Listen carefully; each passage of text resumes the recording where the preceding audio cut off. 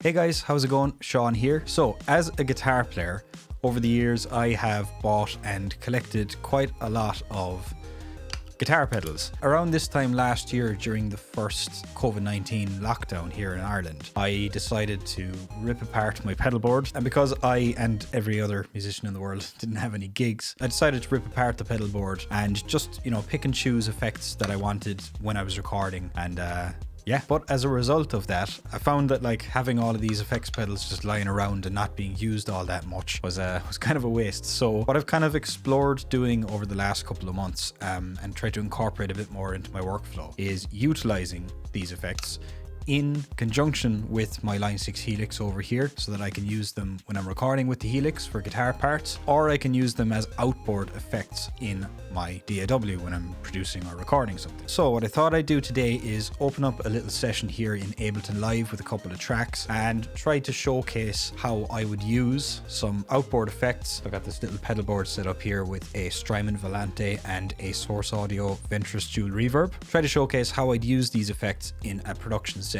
or if I just want to experiment and get some cool sounds going. So on this track here, I've got a really simple patch with Serum.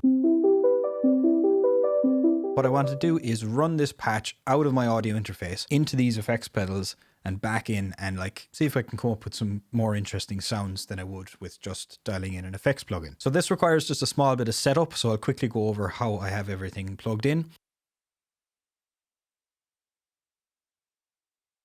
Normally, if you wanted to use, simple instrument level effects like this Boss CE2W, normally in order to get the signal from your computer into one of those effects pedals, you'd need what's called a reamp box. What it essentially does is it takes the line level out of your audio interface, turns it down to instrument level, and then when you plug that into the input of your effect, basically sends the correct signal, the correct instrument level signal into the effect, and that way you don't overload the components in this, because otherwise you can clip your analog pedals and it doesn't always sound that nice. Now though, in the last couple of years, there's been a huge kind of surge in what I like to call super pedals, So you've got something like the Source Audio Collider.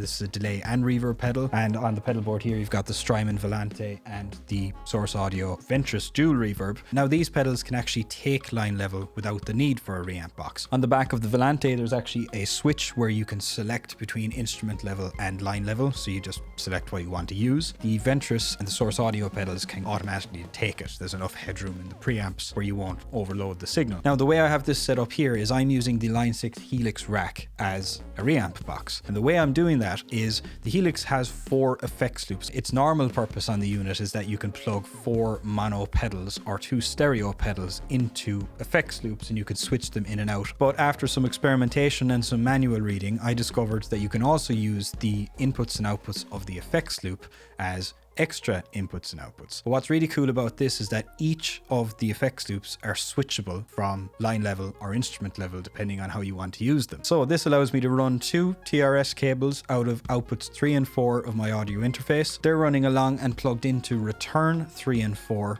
of the effects loops on the back of the Helix, and I have these set to line level. And once that signal is in the Helix, we can actually process it and use effects and stuff. Now, if we take a look at HX Edit here, I've got inputs or return 3 and 4 set as my inputs, which is the signal from the computer. I'm going to go to the audio effects and I'm going to drag in this external audio effect. As I said, I've got outputs 3 and 4 set on my interface to be the outputs for the Helix, and I have inputs 3 and 4 set as the stereo left and right return from the Helix. We're going to select audio to Helix 3 and 4, audio from 3 and 4 left and right, which is the inputs. It's going out of the audio interface into the Helix and then back in.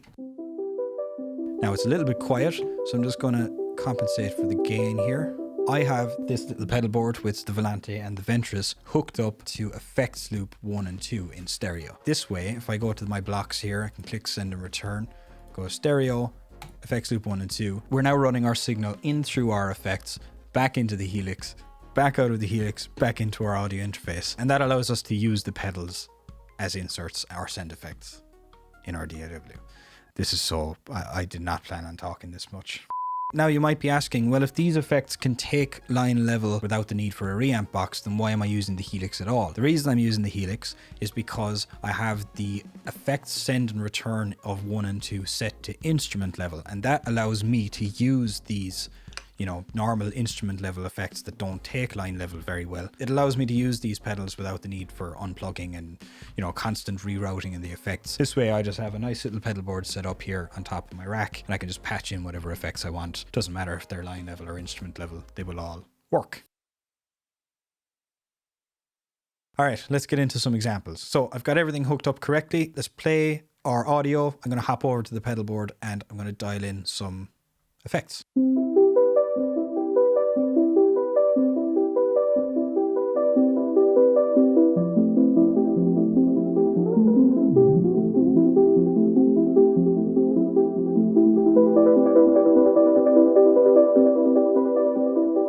So the Volante has some really cool features. I have it set up at the moment on the tape setting, which is kind of like a Roland Space Echo. But what's really cool is it gives you individual control over the individual tape heads. So at the moment I've got tape heads 2 and 4 turned on and the feedback turned on for both of those two. But what's really neat is if we hold down the feedback button, we can actually pan the heads left or right. So I'm going to pan head 2 to the left, tape head 4 to the right. So now we've got a nice, you know, ping pong tape delay going on. And yeah, let's just mess around again and dial in something else.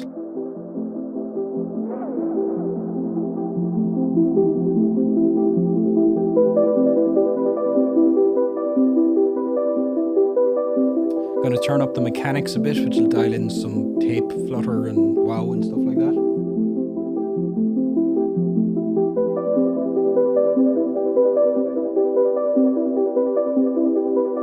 I'm going to turn up the wear, which kind of like dampens the high end a little bit as well.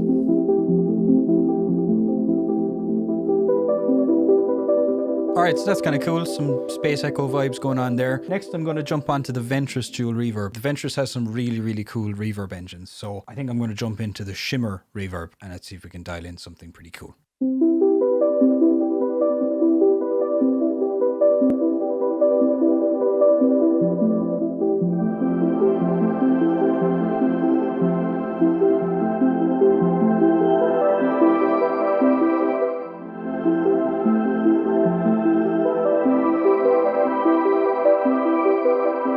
Alright, so that sounds pretty cool, but the Ventris actually has a dual reverb engine, so we can run the shimmer and another reverb on top of that. So I'm going to switch this over to B, which is the other reverb engine, and I'm going to dial in the E-dome setting, which is like a really nice, lush, modulated hall.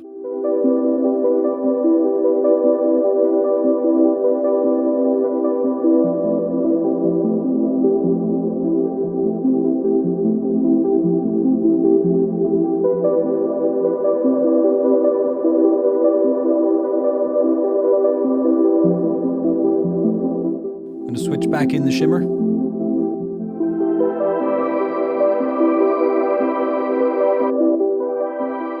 Alright, so I'm quite happy with that. What I'm going to do though is I'm actually going to commit this to audio. At the moment I'm using the effects kind of more as insert effects, the same way you would if you just dragged a VST plugin and dialed in the dry wet mix on the track itself. This way if we keep the dry wet mix at 100% and dial in the dry wet on the pedals themselves, they can act as insert effects. A big benefit of this workflow is it allows me to actually get hands-on with my effects and dial in something that hopefully is a bit more interesting than just using VST plugins. And I like to commit it to audio, so I'm constantly committing to ideas. I can always go back and re-edit it if I don't like it, but I find committing your effects is also a really cool way to just kind of keep a production flowing. In Ableton, I'm just going to right click on the track and I'm actually going to freeze it on the track itself. So it says here waiting for external instruments and effects to become silent. If there's like a super long decay on the delay or the reverb, it might just wait for that, but it's just going to load there now.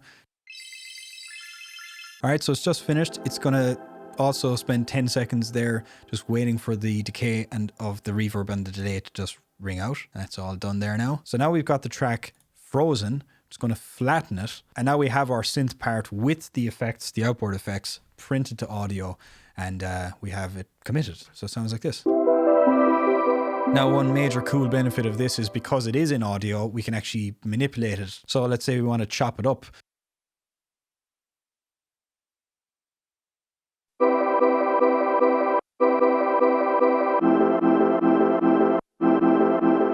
Now that was just 10 seconds messing around for demonstration purposes, but you can see how this is kind of a cool workflow, and it's a bit more creative. All right, so next up I've got a drum loop. It's from a cover of a song by a band that, if you watch my channel, you probably know I've done quite a few videos on. Now what I want to do is run this drum loop through the Strymon Volante for kind of a cool tape slapback faux reverb type of sound. So we're going to go to our audio effects again, drag over the external audio effect. I'm going to route it the same way as we did the last time.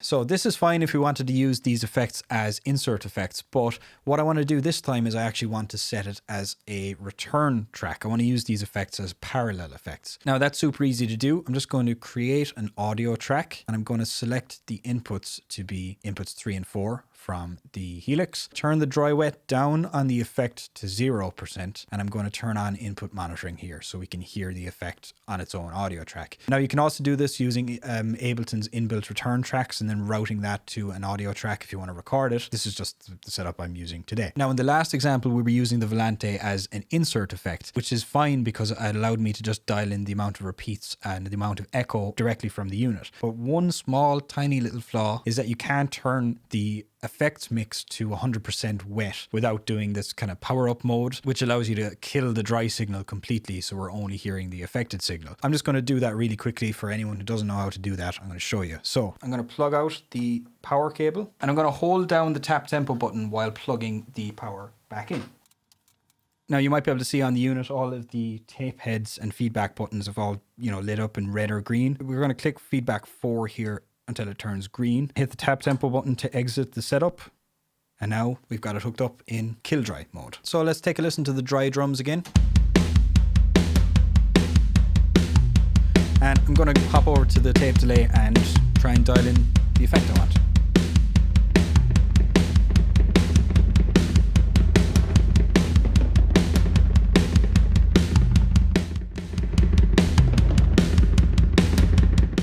Let's just solo the return. I'm actually going to turn down the volume of tape heads 2 and 4 to half volume. I can do that just by holding down the button until it turns yellow. So there we go. Dial in some spring reverb.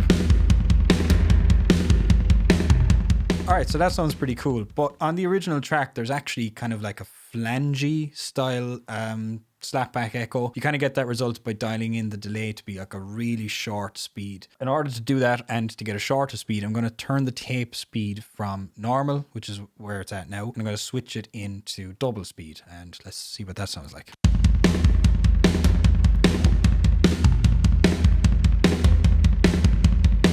I'm going to increase the repeats.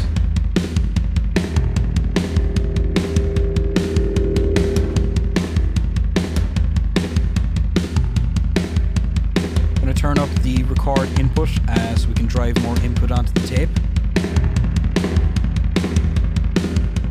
Alright, so that's a little closer to what I was looking for. What I'm going to do now is I'm actually going to arm the return track to record so we can print this to tape to our DAW. You might have noticed there a second ago when I increased the tape repeats, it started to self-oscillate and create a pretty cool effect. I'll show you there again. So another benefit of this type of setup is that because you're getting a bit more hands-on with your effects, you can actually dial them in and perform the effects. So what I'm going to do is I have my track armed to record, and I'm actually going to perform the part. And yeah, let's see what it sounds like.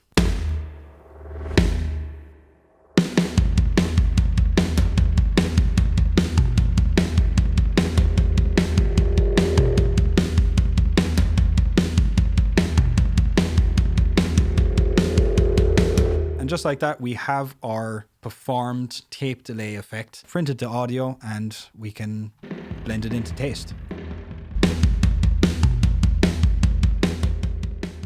Okay, so that was a look at how I like to use effects pedals, guitar effects pedals, as outboard effects and, you know, more creative effects in my workflow here in the studio. I found myself over the last couple of months, you know, maybe it's just getting tired of lockdown and missing playing live gigs with real people and actually playing music live. I find this approach of actually performing in effects and being a bit more creative with production to be a bit more fun, especially in the creation stage. But yeah, hopefully this kind of showcased some of the cool things you can do with effects pedals. Anyways, thanks so much for watching. Be sure to hit the like button if you enjoyed the video, and also please consider subscribing if you want to see some more content from me and you want to support the channel. And hopefully I'll see you in the next video.